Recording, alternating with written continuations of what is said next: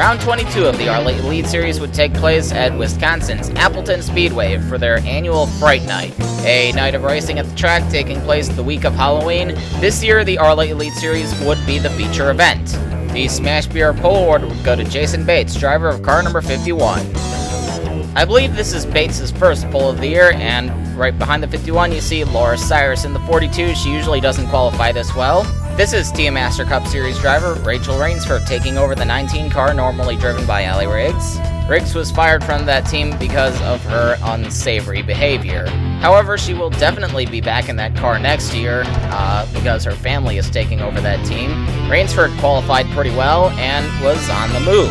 Rainsford wouldn't be content with running in the top 5. She wanted to lead this race, challenging Tristan Roberts just a few laps in. Another guy on the move would be Antonio Cristani, whom I've previously dubbed as the best thing to ever happen to that 48 team. He would be proving that once again, running in second at this point. However, he is going to slide up the track right here and lose second to Taylor Brelin. The outside of this track has almost no grip, and if you slide up there, you're going to fall back in a hurry. Scott Morales would be back in the Groves Racing 76 this week.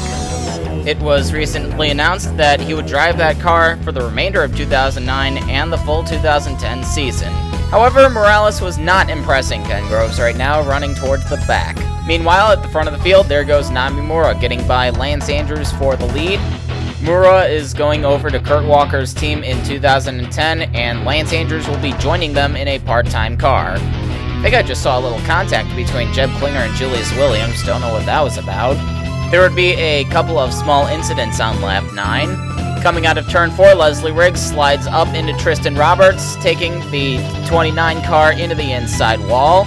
Roberts takes out a couple of those styrofoam tombstones set up in the infield. On the other side of the racetrack, Alex Carson and Harry Enola fight for position.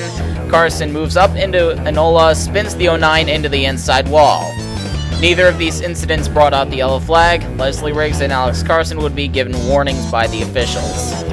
Here comes Rachel Rainsford up into the lead once again, showing that her charge early on in the race was no fluke. Rainsford leads the lap. However, there you see the 12 of Shane Lake right behind the 19. Rainsford opens up the door for him, and he takes advantage. Alex Carson strikes again. This time he's going to slide up into James West coming out of turn 2, forcing the 69 up into the 37 to Siju Dejao and pinching them both into the wall. West and Dejao were not too happy about Carson apparently leaving his talent at home today. Officials asked to see Carson in the hauler after the race. Back up front, we see Dale Underwood in the lead. Underwood is arguably a solid top 15 driver, and he's usually very quiet about it. The only time we ever talk about him is when he's challenging for the lead. And there you see in third, Laura Cyrus, another fairly quiet driver, though her performance hasn't been quite as good as Underwood's this year. This move certainly wasn't too quiet. Here she is making the pass on Edgy Hugo for second, and then Underwood opens up the door for her, and she takes the lead. Tristan Roberts' night is going to go from bad to worse. Coming into turn 3, his engine blows up on him. Roberts is, of course, driving the all-electric Genesis Eva. It's one of the more reliable cars on the circuit, so this kind of thing is quite rare. When we've been talking about Ryan Baldwell in recent weeks, we've been talking about him crashing. But here he is trying to bounce back from all that, taking the lead from DJ Daniels. But here comes Namimura to spoil his fun. By the way, this is the first time that 13 car has qualified for a race with that new idiot stick paint scheme. Bob's Beef Brownies left Rosebud Racing before Phoenix because of financial issues. Here comes our pole sitter, Jason Bates, finally making his way back up towards the front. He immediately fell to the back of the field and was not able to make a good charge until now. Here he is making a move on Leslie Riggs for the second spot with the help of Laura Cyrus. He got up into the lead, but before Cyrus could make a move herself, she had to dive onto the apron with mechanical problems. Tough break for Cyrus. She was having one of her best runs since Daytona, where she finished second. She had to limp that car all the way around the track, so when she finally rejoined the pack, she was a few laps down. This would give Jason Bates a pretty good-sized lead over Phil Davidson and Leslie Riggs. However, they had no problem catching up to the 51, and there goes Leslie Riggs to take the lead away from Bates. However, she slides up the track, opening the door for Cody Richards in the 53. Here is Laura Cyrus back out on the track, however a few laps down. And guess what? Another mechanical problem for the 42. You can bet that a few crew members are going to receive a nice scolding after this. Cyrus's car would die on the apron and she would have to be towed to the pits. Back up front, Taylor Brillen would be leading with Namimura a few car lengths back. Brian Baldwell would get around the 13 and then take the lead from Brillen. Baldwell's certainly doing a nice job of redeeming himself tonight. He will be cutting back to a part-time schedule in the Elite Series. He is currently looking to get a TM Junior Series ride for 2010. Here comes Jeb Klinger back onto the track after pitting for mechanical issues. Klinger, the oldest driver in the field, can never seem to catch a break. He's been struggling to qualify for races this year, and whenever he does make a race, something bad usually happens to him. Here comes Justin Parker in the 07 to take the lead from Ryan Baldwell.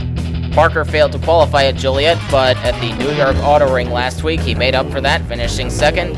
And tonight he was looking to do at least the same, if not winning the race. But Parker's parade would be rained on by DJ Daniels in the 90.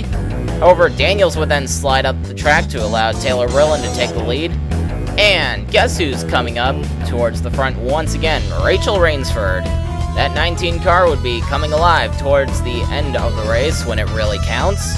Kurt Walker's 98 car would be coming alive as well. Walker's last victory in the series came in 2007.